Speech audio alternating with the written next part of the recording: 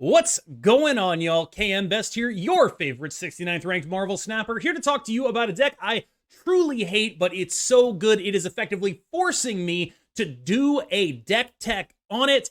That deck is Hela. This is the list. It came from HuskyPuppies, who we will have later on in the episode to do a bit of a deck breakdown, and I think that he is maybe the single most responsible person for the rise of Hela. Hela is currently the most played deck after Infinite per Untap.gg stats, and it obtained this status by being the deck that goes the tallest, that does not die to Serra control. Right now in Marvel Snap, we have seen a decrease in relative power level. Blob got nerfed, Loki and the Collector got nerfed, even Hulkbuster got a little bit nerfed, and those Destroy decks stopped going as tall as they otherwise were, and this has created an opportunity for a Hela deck to simply discard 3 big cards and then win the game off of the card Hela. Hela is especially able to do this because nearly every other deck that is attempting to do things like this is getting absolutely murder-rated by Serra with a newfound ability to throw priority with Ghost, an infinitely large amount of tech cards, and answers to basically everything in the game, except Hela.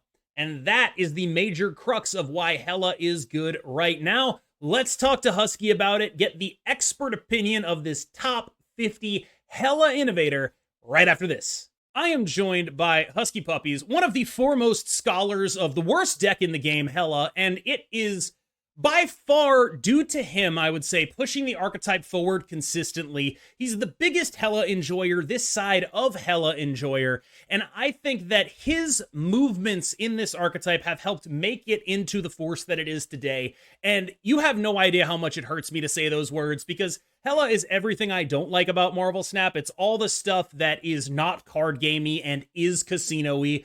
But I would be being a bad content creator. I would not be doing my job if I did not go out and find a subject matter expert for this deck, because it's really good right now. And as much as that pains me to say, HuskyPuppies, welcome to the show as the subject matter expert from my nightmares.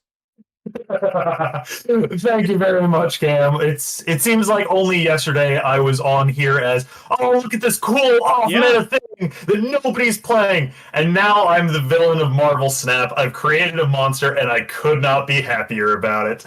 Yeah, no, I mean, geez, did you hear your own laugh after that? Like, that's not an evil laugh, don't worry. That feels like overwrought even for my channel. But anyway, so let's talk about why Hela is good. I know a lot of people are going to be like, well, why is Hela good right now when it wasn't good previously? And my answer is, it actually was good previously. I think the major thing that made Hela good is the average amount of points in a game of Marvel Snap has severely dropped since January. Between the Blob nerf, the Collector nerf, the Hulkbuster nerf to Destroy takes the top off of that deck a little bit as well. We're in a metagame where a lot of the mid-range decks are unable to compete with, say, 3 discarded cards out of a Hela. And I think that is the metagame development that specifically spurred Hela being good. But if you want to go a little bit further back, I think the metagame development that made Hela into a real deck instead of a meme was Blade, correct? Oh, 100%. Blade being an actual targeted discard gave this deck sort of a critical mass. I found in my playing, just like you said, if you get 3 discards with this deck, 3 is a good number, 4 you're pretty much golden, you can win the game most of the time. Yep. You'll get fucked over by RNG sometimes. Sometimes you'll get really lucky with RNG, just with 2 discards. But if you get 3, you're golden, and Blade is probably the biggest one of those 3. He is very reliable. He hits some of your biggest stuff, and he's flexible and cheap, and it's wonderful. So let's talk about what is and isn't in this deck. I'm going to give you a card that is not in this deck, and you're going to tell me why. Card number 1 is Black Knight. I still do like running Black Knight. However, with the recent nerf to Blob and Black Knight don't synergize quite as well as you'd think. Silver Samurai is pretty much a must-include in this deck. And Silver Samurai's new target is Blob. Because Blob is a 6 cost, if you are hitting a Lady Sith off of the Black Knight, you have the opportunity to discard Blob with it, get a 0, which really sucks. As well as if you're playing Blob, you want something, the average cost or average power of things in your deck to be higher. Either one, for at the end of the game when you're just counting up your stats, you want it to be more, and Giganto is bigger than a Black Knight. Yeah. Or if you happen to pull out Blob early, you can actually stop Blob by getting him to that 15 power cap. And now instead of, him eating your Hela, he has guaranteed that you draw Hela. How often does that show up where you're like... Surprisingly often. Wow. If it hits the Infinite, it just stops dead there. So it's like other Jubilee, right? Where it's it's drawing a card in, and you're just like, because this is a deck that's already gambling, you're like, well, yeah, I'll keep gambling, right? Why would I stop gambling? Yeah. You don't really want it to happen, but if it does, you can still live. I don't want it to. Blob eating your Hela is scary, but if Blob comes out, you're not automatically dead. You're not as dead as you would initially think playing Blob in a Lockjaw Jubilee deck. So, on to card number 2 that I'm sure people are going to ask about. Dracula, not in the deck. Is that just in deference to you preferring Silver Sam and Blob? And would you say that if people don't have Silver Sam and Blob, BK Drac is totally fine to replace it? Although, it's not really like a budget replacement, but it is a replacement. Okay. I like Dracula still with Silver Samurai. Okay. I probably would have kept running my version of this deck, which still has Silver Samurai. How you build the other version of this deck is you take out Giganto, and then you take out Blob, and you add in Black Knight and Dracula. That one's a little bit more favorable for some weird locations that I'll get into later. But that deck was actually almost killed by the Dracula buff. Once Dracula goes to 1 power, hey, wait a minute. Oftentimes you're having a 50-50 on whether or not Sam discards the Jubilee, and you just get pushed into a corner that's really annoying. That and you have a decent bit of hand problems, just with random locations filling your hand, or some random stuff, like, if with Dracula, you can sort of call your hand the best you can, but you're always going to be subject to your turn 6 draw. If you draw a Lockjaw on turn 6, hey, that's something that Lockjaw can hit, and you can die from that just due to RNG. Blob sort of fixes that issue. He grabs like a couple cards from your deck, and really, if you're hitting just like one of the big cards, you're happy. Okay. So yeah. So then, now that we've talked about 2 of the major exclusions, talk to me about the ethos of this deck. So as I understand this list, it's basically just a list that is saying, I will get a 50% or more chance at Hela at minimum in every game. Like, at the very least, I will have a coin flip for Hela on turn 6, is how this deck seems to be built for me. Yes. This deck is built pretty much to have an 11 out of 12 chance to hit Hela. You can sometimes manipulate that so you get a little bit, actually 100% chance if you Lockjaw or Jubilee into Lockjaw and then get Jubilee out, draw that again. You can do it, but most of the time you're seeing most of the cards, or at least getting them onto the field. And yeah, this deck is trying to get at least a competitive edge on you. And it's very, very good at enticing people into, hey, maybe I have a chance, I should stay, I might just get lucky. And you can just get people into really bad stays. Like, one of my biggest tips that sounds really counterintuitive to most every other deck is don't be afraid to Boomer Snap. Okay, so talk me through why we're going to get to like more intricate snapping stuff, but I guess this is a good intro. Why are you cool with Boomer snapping here? A lot of people just don't respect Hela. They think, things will go this way. Maybe I'll get lucky. And a lot of people think, hey, maybe that's a bluff snap. When oftentimes people just don't respect it. I don't know if it's like a lack of object permanence that's like, oh, these things are in the discard pile. They're not here. They're not on board. I'm going to win. But it's shocking how many people will stay for a boomer snap.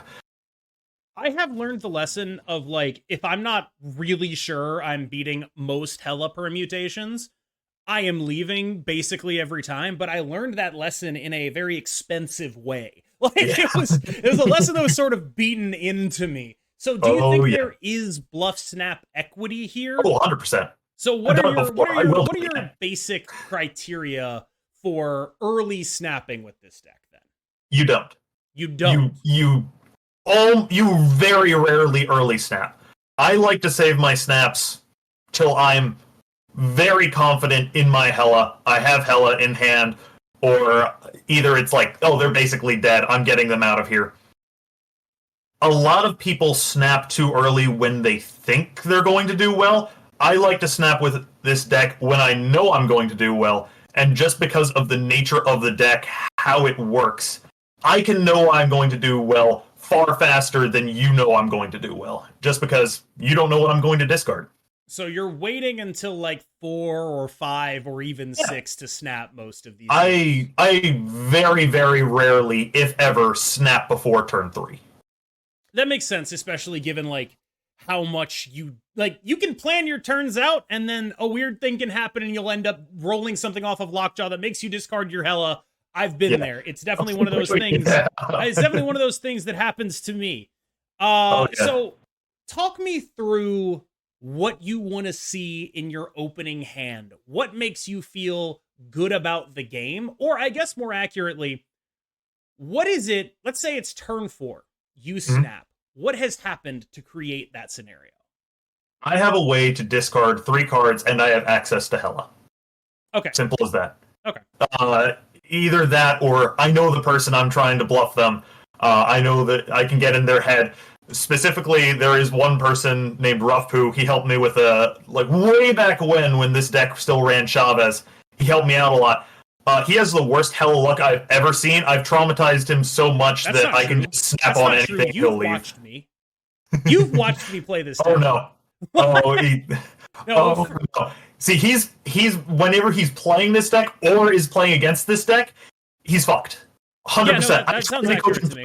That's pretty much that's the whole reason I'm doing this video, is because I can't seem to beat it. So it must be pretty good. So it's sneaky good. It is so sneaky good. Like it really is about the point ceiling, right? So when we talk about decks that actually beat this, it's a deck that reliably goes insanely tall. So like Living Tribunal, for example, you cannot beat it. You absolutely cannot beat it unless you Silver Samurai the Iron Man, and that is your basically only out to that scenario. There's 2. Magneto's the other? So you kind of need both of these things to happen. 1, you Silver Sam them, and then 2, they almost always play Magic. You're going to get a turn 7. The game is over by turn 6.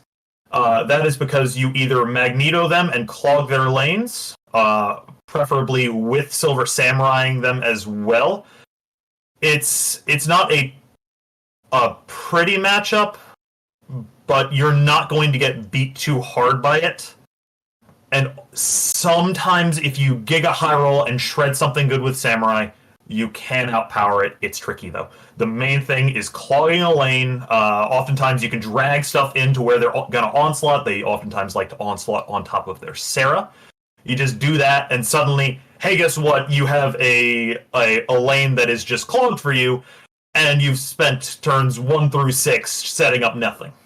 So other than people getting wise to how this deck works and like retreating properly, what are you afraid of if you see it across from you? See it across from Leech is tricky. You sort of got to recognize that it's coming down. Leech is one of those ones where you'll either get beat for 2 or you'll win 8, so I'm not too scared of playing against it. Dark Hawk is a little bit annoying, but it's kind of bad into a lot of the other things in the meta right now.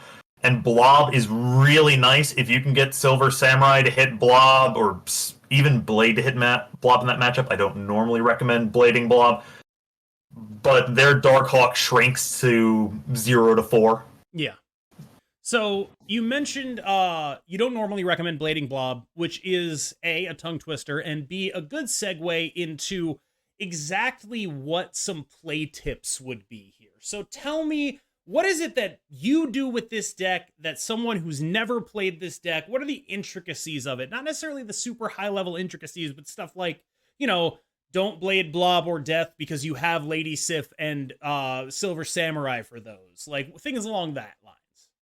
One of the biggest tips I have is don't get too greedy putting stuff into Lockjaw. I see a lot of people putting Silver Samurai into Lockjaw. You don't really want to do that because if you discard Blob with Sam, he doesn't really have another good hit unless you already have Hela and Jubilee in hand. I will oftentimes forego a Lockjaw roll just because I don't want Sam back out and I can win this without the roll from it. Yeah, that specific play, like you put a Silver Samurai into your Lockjaw, and then the Silver Samurai comes back out of your Lockjaw, discarding a Hela. That's the number one risk of Lockjaw in this deck, in my opinion, is that you really don't have a lot of turn 5 protection for your Hela from your targeted discards. Lady Sif and Silver Samurai are not going to are going to have a reasonable shot at coming out of that Lockjaw and screwing you over. So you do have to be thinking about what's in my deck the entire time with Lockjaw. You need to think of what's in my deck, and if you're putting something into your deck, hey, I can also get this out. Oftentimes, like, if you put Sith in, you can also get Sith out. And if you don't have many 6-drops in hand, and you don't have protection from it, you can kind of be screwed. A great thing that I forgot to mention with this deck that makes me just feel really confident is you want to have Hela and then one from each pair of Sif and Death, and then Sam and Blob. Why? That way you are guaranteed that Hela does not get discarded no matter what you roll from Lockjaw. Yep. That is basically like the Turbo Nuts, where it's like, I have these guaranteed discards, I have everything I want, I have 2 giant bodies that I know I'm getting back off the Hela. So let's talk about card replacements now. So if you don't have Silver Samurai, what would you recommend changing about this build? Assuming you don't have Silver Samurai, one of Silver Samurai, or let's say Blob, right? Because that's the package. If you don't have Silver Samurai, I recommend changing your collection so you do have Silver Samurai. You think it's like actually irreplaceable in the deck? I think it's one of the best cards. The great thing about Silver Samurai is, yes, it discards your Blob. However, it gives you a ton of advantage when it comes to information. As well as screwing up things like Ghost Rider. It oftentimes can hit Shang, it can hit Leech, it can hit Taskmaster is a big one. It absolutely lobotomizes Cerebro. Oh my god, Iron Man, it turns tricky matchups into ones that, hey, guess what, I've won. Oftentimes it can discard Silver Surfer, and very oftentimes, if they don't have many cards in their hand, you kill one of their key cards that they were saving, and see, hey, wait a minute, I discarded a 3-power thing with my Samurai. They don't have Eliath. I am that much more confident. Okay, so if I was going to send you to jail if you did not give me a Silver Samurai replacement, like hypothetically speaking, I am the police. You have been pulled over for playing Hela recklessly while driving. What is your Silver Samurai replacement? Okay. There is a version of this deck that it takes out Blob and it takes out Silver Samurai. It adds in Black Knight and Dracula. Okay. That is probably one of the easier Hela decks. That's Silver Samurai is playing with fire a little bit. He's a little bit tricky. You can get burned from him. I've seen a lot of new players, I give them Silver Samurai and they go, "Ow, No, why that burn me? I don't like this card. And it's like, no, it's fire. You gotta be careful around it, but it's really nice. You can't the Black Knight Dracula without Silver Samurai.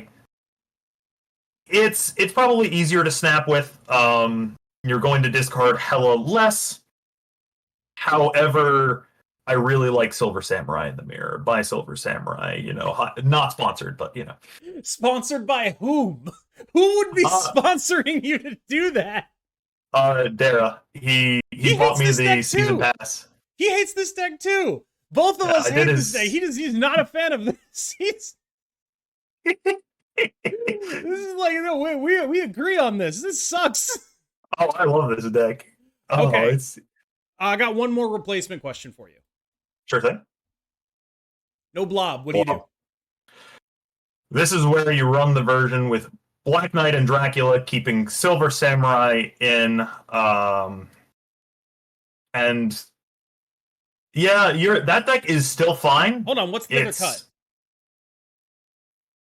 Let's see. That one is Giganto. Okay, you cut Giganto. You cut Blob. You play Black Knight and Dracula. If you have no Blob, okay. Yep. It is more reliable. There are certain locations where I would far and away rather be running that deck. Namely, anything where you need power to be concentrated in one spot. Be it pretty much anything with a Sinister or a bar in its name. So Bar Sinister, Sinister London, Bar with no name. Or Rickety Bridge, just because Black Knight basically wins you a location for free, and then Dracula you can kind of scam with. Blob is very nice. He's a very big guy that is just scary. He's a little high risk, high reward. But he is I would much rather have Silver Samurai in this deck than Blob if I had to choose between the two. All right, so do you have any final tips for anyone who's never played this deck? Anyone who looks to pick up this deck? My tip would be please don't. But if you are someone who is finally going to enjoy Hela's time in the sun, I would be a bad content creator if I let my personal bias against stuff like this get in the way of recommending a good deck and giving you the play tips from a great player. Husky, what do you got for me? All right. So, a couple things. One, Magneto is a very, very key card in certain matchups, namely where they run Miss Marvel. Okay. If you have discarded Magneto and you think they're running Miss Marvel, you want to fill the middle location so they can't, so that Magneto can't really land there. If you don't have Magneto in hand, you want to put Lockjaw on the right to hopefully get him out when Miss Marvel comes down and gets pulled over, or maybe left too. Left is less optimal than right, just because sometimes you're playing Giganto. If you see your opponent running Gladiator, that is wonderful. That is one of the best cards they can play for you. There is very, very few times when Gladiator is a playable card against Hela, because oftentimes you're discarding one of my cards. Yay, that's great. You're hitting Jubilee or one of my big cards. That's phenomenal. You're thinning my deck. Really, the only good hit in there is Hela, or sometimes if it a discard card that happens to hit Hela. But like 10 out of 11 times, I'd say Gladiator is phenomenal for you. Is there anything? Don't put too much stuff into Lockjaw too early, especially if you don't have Hela. You generally want to leave minimum one spot in the Lockjaw lane, just so you can get Hela out of it last turn. If you don't, and even if you do have Hela in hand, threatening that you don't have Hela in hand with the open Lockjaw spot is phenomenal. Yeah. Lastly, I got a follow up there. Mm-hmm. It's turn 4. You have a choice. You have a Lockjaw on the board. You have a choice between putting Jubilee in the Lockjaw and literally just like playing a Lady Sif or something to discard a death. You take the Sif 10 out of 10 times, right? I mean, Sif can wait. You would play the Jubilee into the Lockjaw first, even without a Hela in hand. Because I feel Oh, like without Hela in hand? yeah, but Oh, no, no. okay, so like You're playing no Sif. Hela in hand, no Hela in hand. Basically, never Jubilee into Lockjaw because that is your Hail Mary for the end of the game. Correct? I like Jubileeing into Lockjaw relatively early just because it's good information for me. It depends on your exact hand, the board state. I generally like waiting with Jubilee until later. But yeah, oftentimes, even if I don't have Hela in hand, a Hela on 5 from Jubilee is oftentimes just good enough to win. No. It's turn 4. You have Yeah. only played a Lockjaw. Your hand is like, I don't know, Lady Sif, Blade, Jubilee, Death, something like that. Give me one more card. It was Black Cat that you discarded. Your hand is a black. That is your hand. Siffing. You're siffing, right? Like, okay, it's like that's a specific situation where it's like, I feel like one of the things people get wrong about this deck is that Jubilee is it's a deck thinner, but it's also like it's your Hail Mary when you don't have Hela. You're totally fine to do that on 5 once you've put some stuff in there. But if you haven't put stuff in there, you don't want to roll those dice just yet. And I think that's actually like a thing that I miss a lot of the time. And that's how I know that it's probably something that other people are missing. This deck is weirdly higher skill cap than it would seem. It's a decent bit of luck as well, but especially with manipulating your positions on the board state, where you put everything, those small little edges that push you just past and keep on going to give you, it won't be a steady climb upwards because you'll get fucked by RNG. You just will. So will your opponents, though, when you're not supposed to win, so it evens out. But what I've noticed a lot of people do is they say, hey, I won against Hela. Oh my god, I feel so good. But if they lose against Hela, they'll do the math like, oh, I had let's see, that goes there, that goes there, that goes there. I had a 60% chance to win that one. And that can make it a little bit tilting. It is important to do that, but it's important to do that in both scenarios. Oh yeah, you want to do that when you win and when you lose. Like you definitely want to be going through and being like, was this actually smart for me to do? Both and doing that from the Hela player and from the opponent's perspective, just to see, hey, was this the right stay? Did I make the right thing? The right play here? Should I have retreated? And you just sort of learn both how to play Hela and how to play against Hela with that. A tip I would like to reiterate from the previous video is play this deck like it hates you, because it does. All right. It really does. On that note, Husky Puppies, I believe it's time to bring this video to a close. We're going to jump from here to a clip of me getting heinously screwed by RNG. I just included that because I thought you guys would enjoy it. Husky, where can people find you? I'm actually streaming on Twitch now. Twitch.tv/HuskyPuppies35. 35. What happened to 35. 34? We don't talk about 34. Okay. We don't talk about them. All right. Yeah, you can find me there. I'll oftentimes be hanging out in Woody's chat. Shout out to him. Or in KM Best. You guys should subscribe to his YouTube channel and follow him on Twitch. All that good stuff. Follow me on Twitch as well.